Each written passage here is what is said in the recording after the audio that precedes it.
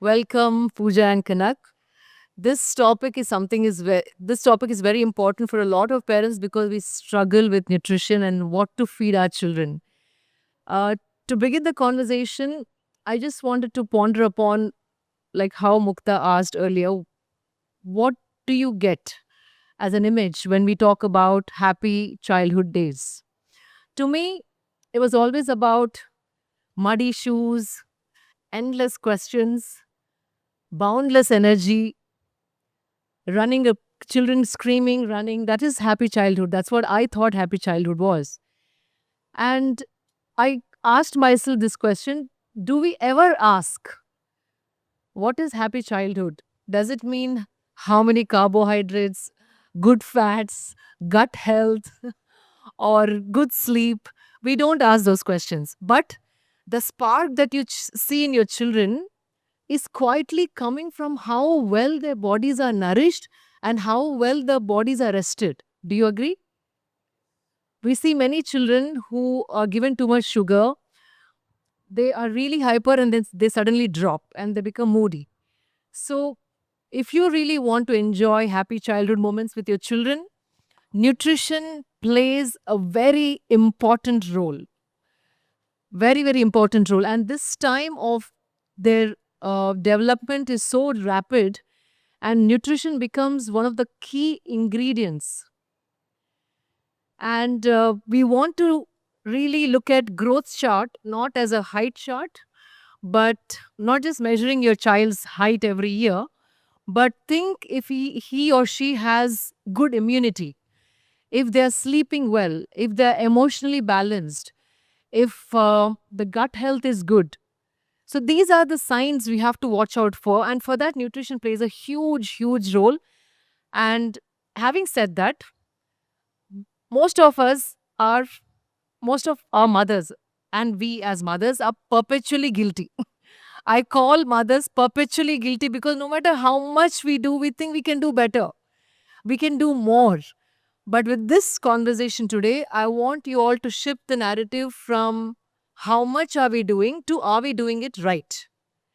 Not stressing over food, not making food a battlefield with your children, because we all have busy schedules, family commitments, work commitments, children's assignments, so much more. So every day cannot be the best, as we rightly spoke earlier, that parenting can never be perfect, but we can provide patterns, prioritize patterns, habits, inculcate from an early age.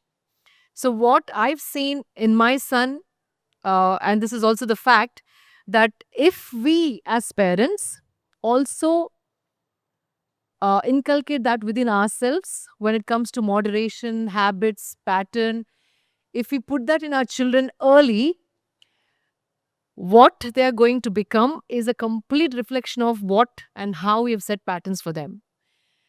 And I've also seen most of the adults are emotionally attached to food. And that emotional attachment happens at a early young years. If that can be tweeted and like tweaked a little bit, you really don't have to think about what and how they're going to eat when they become adults. So these years are very important. And as parents, I feel we also have to be very disciplined as to what we are offering, how we are eating, what we are bringing home, and what habits we are setting. So, this conversation is to simplify all of this. And we have experts who would share how to do things. And first question is to Pooja.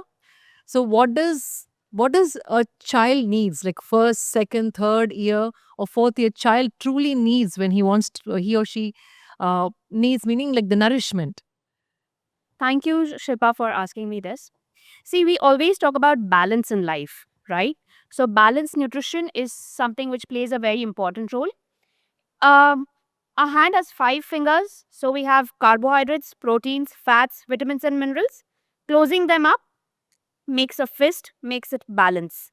That's what is the essence of a plate. Early nutrition from early childhood to school going children.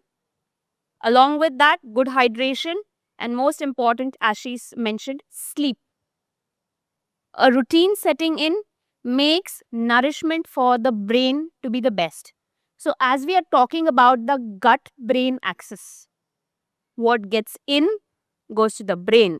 So, if you're giving in a balanced diet, making your child strengthen the immunity, helps your child to have mindfulness, and helps your child to have a balance in all the activities, whether it's social, physical, emotional, okay, spiritual, empathetical, everything goes around nutrition.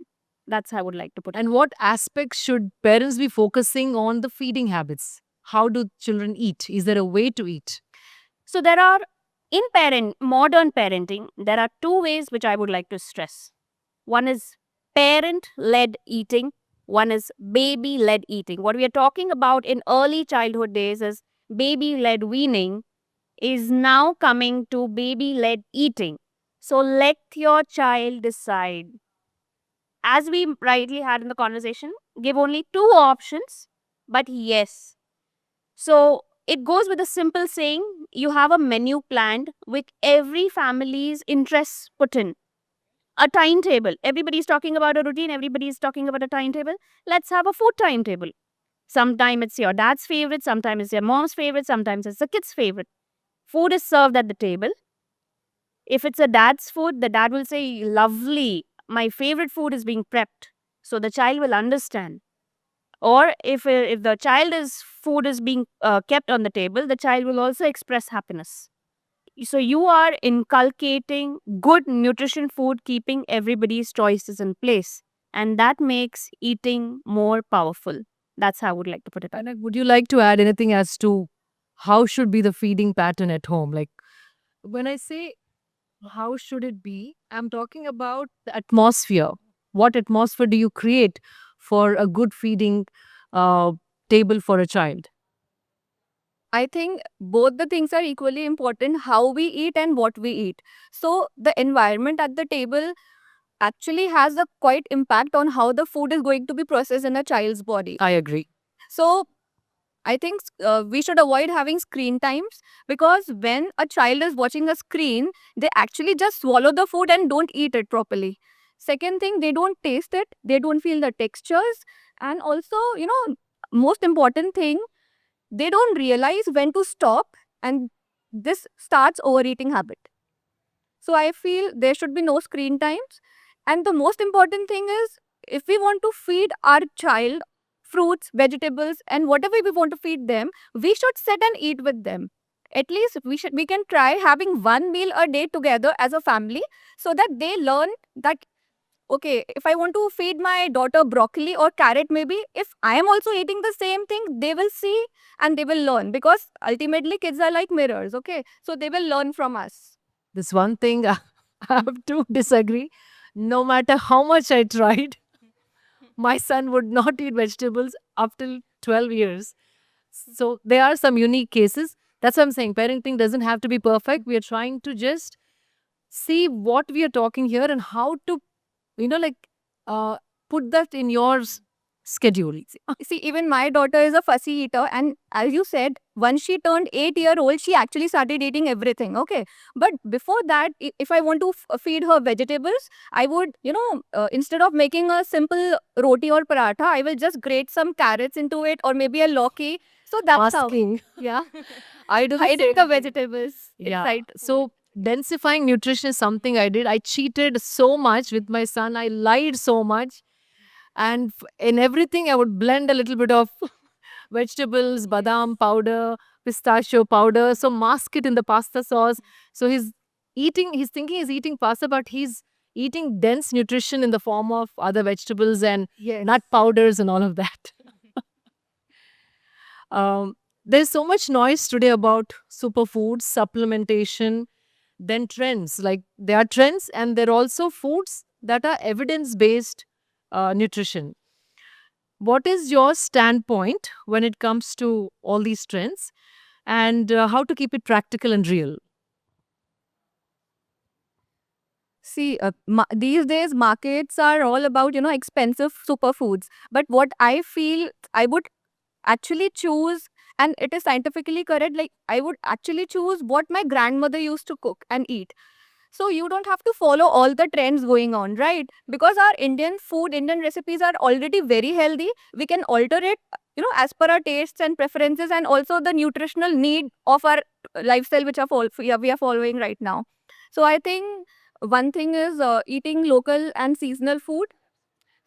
You don't have to buy imported fruits for your child. Even our local papaya and guava has a lot of nutrition.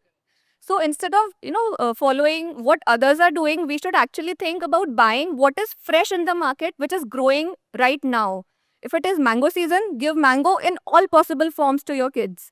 And if it is strawberry season, give strawberry. During winter, feed them with lots of leafy vegetables, however possible. So I think local and seasonal is the main thing that we always tend to forget. Absolutely. So, if we think nutrition has both science and art, where does creativity come in? How do colors, textures, and involving children shape lifelong habits? Right. So, very simple example, grocery shopping. Okay, we feel that the child may not understand that or what the child is picking up, or we are always stopping them. Let them explore. Let them understand what they are given. The choice is ours whether to say yes or whether to say no. Colors, you go with them, and creativity starts coming from there. Suppose if they have seen something through the day or they have done a beautiful drawing in the school, they're giving you an experience going back home. Sit with the child, the pleasantness and the creativity will start coming in there. Second thing, what we understand is food brought at the table, presentation. Okay, we see so many reels where amazing food is presented. Right. We just ask the child to look at it and just say, thank you, appreciation, color combination. A lot of effort goes in the preparation. Let them know that.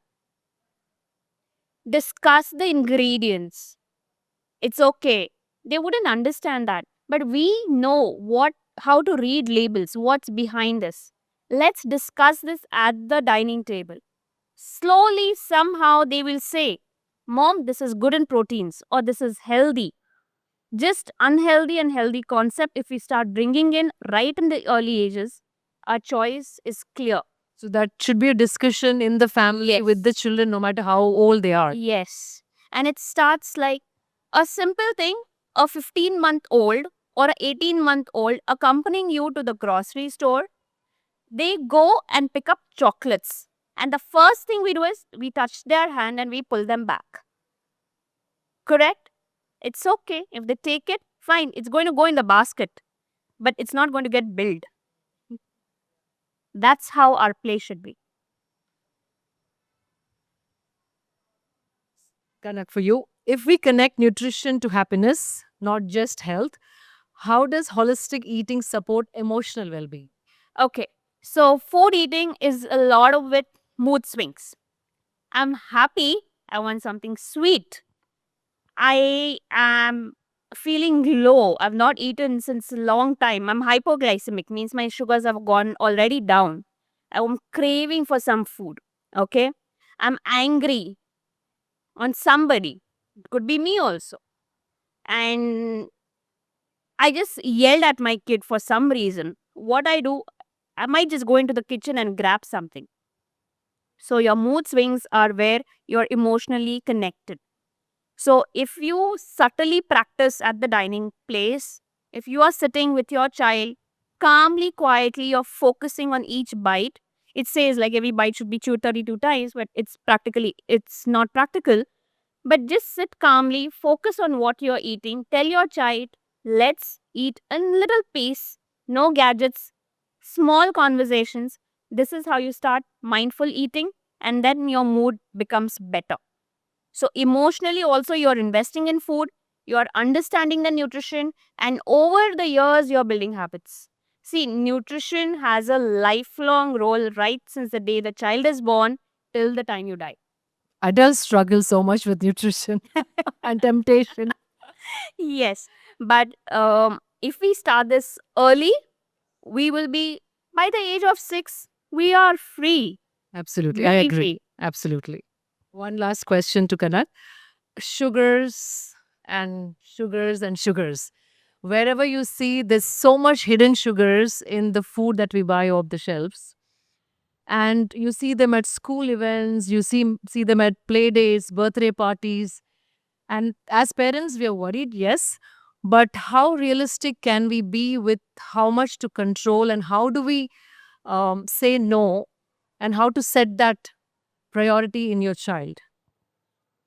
See, I believe instead of creating a fear around sugar, we should help our children to learn how to manage it, because since you said it's present everywhere. That's right. It's So, unavoidable. yes. So what I follow with my daughter is a 80-20 rule, wherein if 80% of the meals are homemade and healthy, so the other 20% can be fun and junk sometimes. Okay.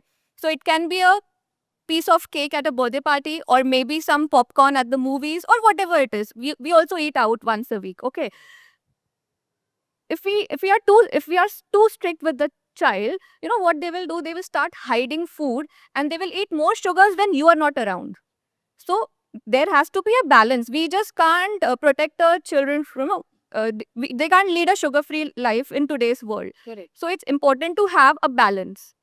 And like she said earlier, reading labels should be compulsory. Like it should be a family activity, because you don't realize there are hidden sugars everywhere.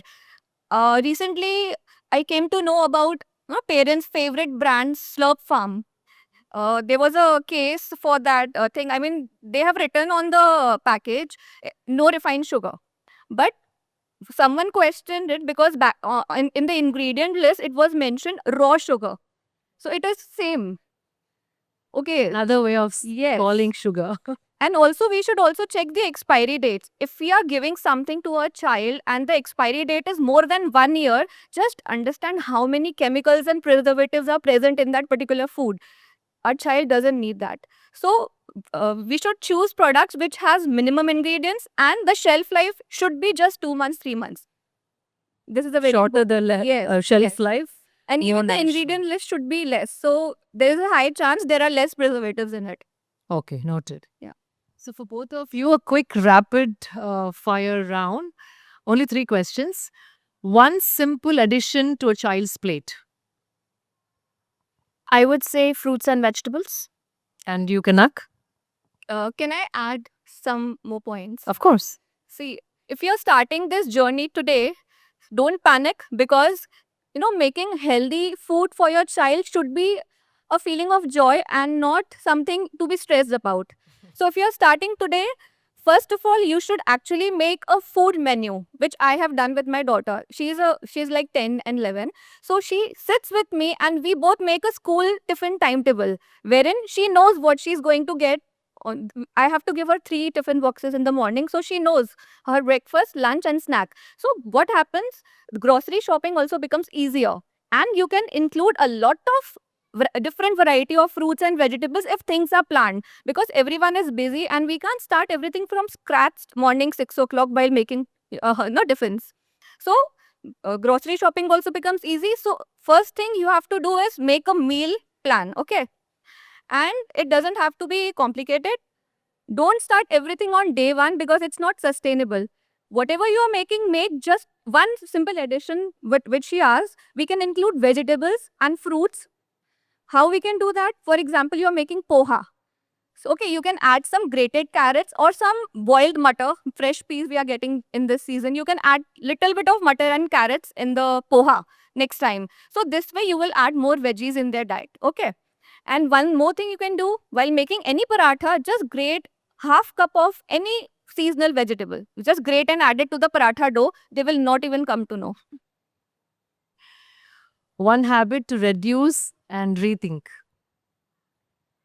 I will call it an adults. Spend time with your child. We are busy. We will be 24/7. Moms have become professionals and they're working more in, managing more.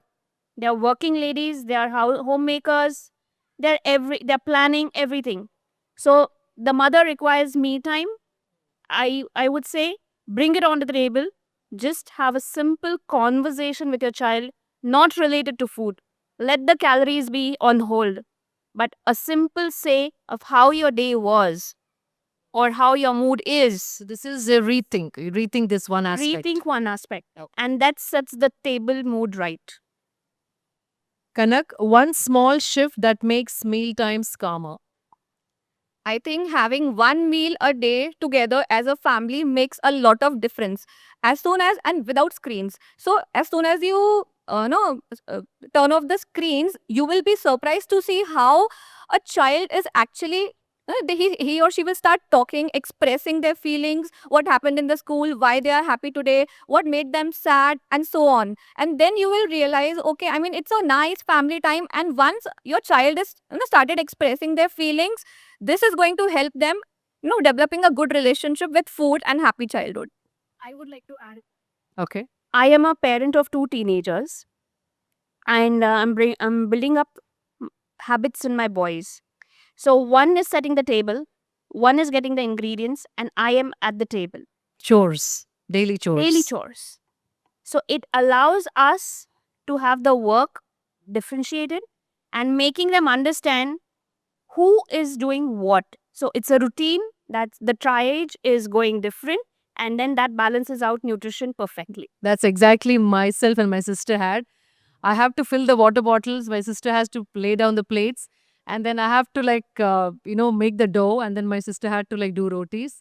So this used to be our schedule when we were growing up as well. So I want to conclude this conversation with a little bit of what I have experienced in bringing up my son. So sugars, when we spoke about sugars, I just want to add about the creativity part. My son did not eat vegetables till he was 12, 13, and I was struggling. Until when he was 3, I would mask it. I had a small vegetable garden where I would have leafy greens growing, some tomatoes and carrots, and I would be a proud parent. Like I would put them all together with a little bit of dal, rice, ghee, one carrot, some spinach, one tomato, and I would give this nutritious porridge. He ate for 3 years, not knowing what it was. One fine day, he shattered me. He wouldn't even open his mouth to eat this food I was so proud of. So things like that can happen. Children, what they eat till yesterday with great interest, they might suddenly say, I hate it. I was shattered till the next 5 years. I struggled, with making a toast with peanut butter and putting two tomatoes, cherry tomatoes as eyes, putting one carrot as a nose, and putting something else like, the coriander as leaves just to make him want to eat because it's a shape of face or some character that I created. He would try and eat. So you can become creative like that. It's a trial and error. No one thing works for every child. No parenting is perfect. None of us are perfect. This is to share what we went through as mothers and what you can learn from our experiences. And also, one thing I want to conclude about sugars. So, teenage is a time when your palate changes a lot. You want to try different foods because your hormones are changing. And of course, you have a foundation as to what you've been eating all your early years. But during teenage, I found it very difficult to say a no for junk food or sugars because the palate changes. So he's always eaten healthy, but when he hit his teenage, the cravings were so strong. So we have to not completely, become anxious as to how do I control him or her from not eating. But I say Sunday and Saturday, you can eat what you want. And on his birthday, he can eat what he wants. So that's good. So consistency is what we need to aim for, like 80%, 20%, like how Kanak mentioned. If 80% of the time, if your child is eating healthy and have physical activity, this we will probably address in the next courtyard, conversations. Physical activity had a huge role in my son growing up. That also helps for him or her to want to try new things because your body is burning all that they're eating and your energy is channelized in physical activity. So, feeding them good food becomes very easy. Uh, child without much of physical activity, when you try to feed them nourishing food, the task is much difficult than a child who is physically active. That is very evident. So 80-20, if you are, managing with your children, you are a successful parent. Thank you.